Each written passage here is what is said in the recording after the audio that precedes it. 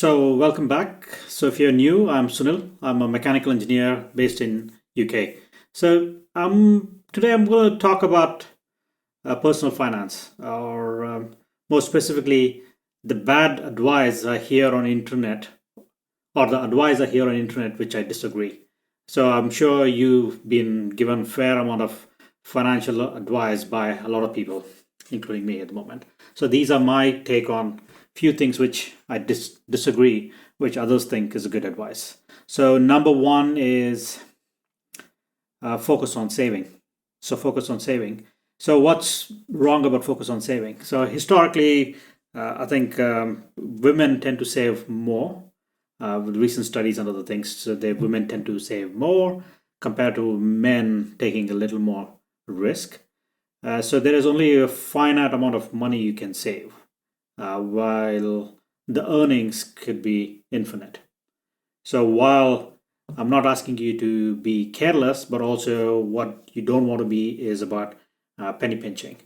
So you want to, as an example, do you want to save $50 for an hour, or $50 on a course which might in a long term be beneficial, or you might learn a new skill which in 5 to 10 years might be beneficial. So don't be a penny pincher, but also use common sense. Try to think about, am I spending the money right? And there's infinite amount of growth while there's only so much to save. Inflation right now is 40-year high. Right now in UK is about 8%, and it was about 12%. So all the utilities is really high. The rents, interest rates. So even though you are not getting the same rate of return in your job or in your 9 to 5, there's only so much you can save. So while it's important to have a rainy day pot of money, but I would spend it wise where you are trying to think about long term saving and other. So second, a thing which I hear on the internet, but I kind of disagree, is put all your savings in a long term index fund. That is not a bad idea unless you are from a very low income and there's very little to save. So you'll be spending a long years if you are from 9 to 5 from trying to get to savings to long term investment. Instead of that, I would personally try to think about investing into a course or a side hustle or a business idea, which in 5 to 10 years might increase or grow.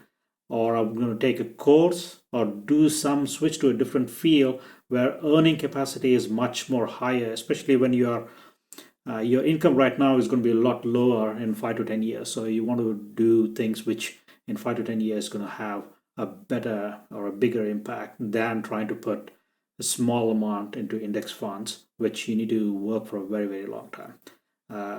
It's not for everybody, at least when you are on a very low income or you're just beginning to save. I would rather use that money to put on to investing into yourself. That's number two, which I don't agree. Number three is hustle.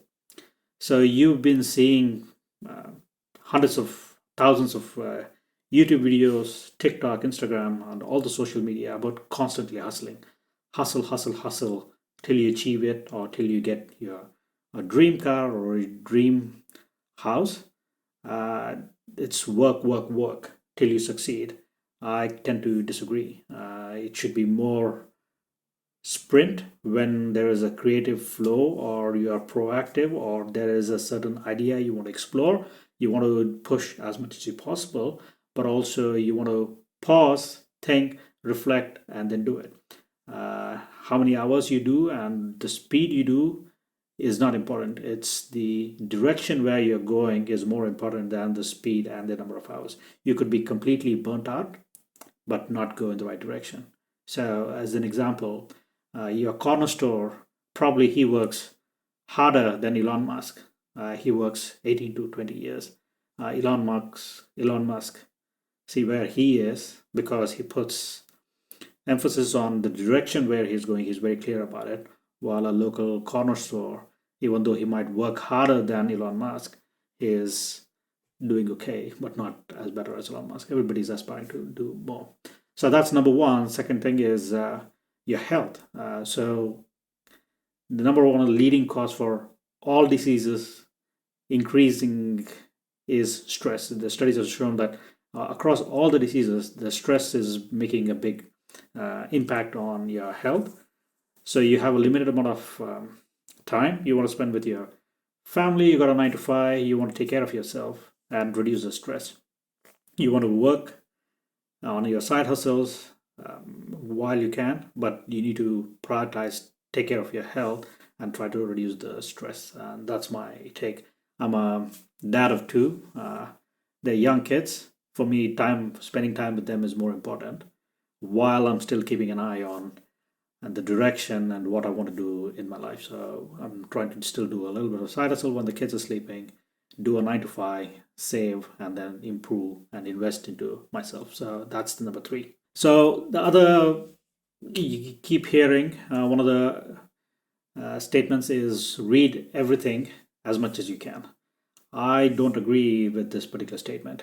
There is as many authors as there is people. There is lots and lots of crap out there. You could be reading days or hours and reading the wrong stuff. So if you read, it could be you're reading the wrong thing at the wrong age, or you're in the right age but reading the wrong thing. Both are not good, especially if you read bad books in your foundational years. It could have a different view of the world because those are foundational. I can't stress how important it is when you are in your foundational years or early when you're reading, to read books which have the knowledge which will improve in coming years, 5 to 10 years. So Naval Ravikant talks about sticking to science. Start with originals, science-based. If you want evolution, read. I'm blanking out his name. Who's the Charles Darwin. And if you stick with originals, stick with classics, read philosophers, get a bigger worldview so that there is a mindset about how things are in practical terms, and then get into details, then get into interpretations, or then get into opinions about different peoples, and then you can read things. So stick with science-based, trust-based principles, get a sense of understanding, and then you can delve into it. Let's face it, we have a very limited amount of time. So I do a 9 to 5, I've got kids. There's only a limited amount of time, and I'm very picky about what I read. And then if there is a good book, I tend to read multiple times to make sure I absorb the books more and more. And the 5th one is pay off your debt. So this one, especially coming from an Asian family, you're always talking about pay off your debt, pay off your debt. Debt is very bad. I don't, for many years when I grew up in India, I thought that was probably, it's a sensible thing because a lot of people are saying. I don't agree. Is because, as an example, let's say you have $500,000 in your bank account and then you could buy the house right off. It just doesn't make practical sense. You rather put 100,000 deposit and buy the house, and then remaining 400,000 you could put into a multiple assets which will generate more money. So even though there is a trade-off between reducing, not having debt, but also increasing the cash flow, buying the assets. So you want to always trade in, is it smart enough for me to clear off all the debt, or raise the capital to invest into more assets so that there's more cash flow? So paying off debt is probably, it's not the smartest of the opinion in my mind. So you want to educate yourself about the personal finance and then decide what's best for you. I'm just telling these are the things which I disagree on the internet. And if you like the video, consider subscribing, hit that like button. Till next time,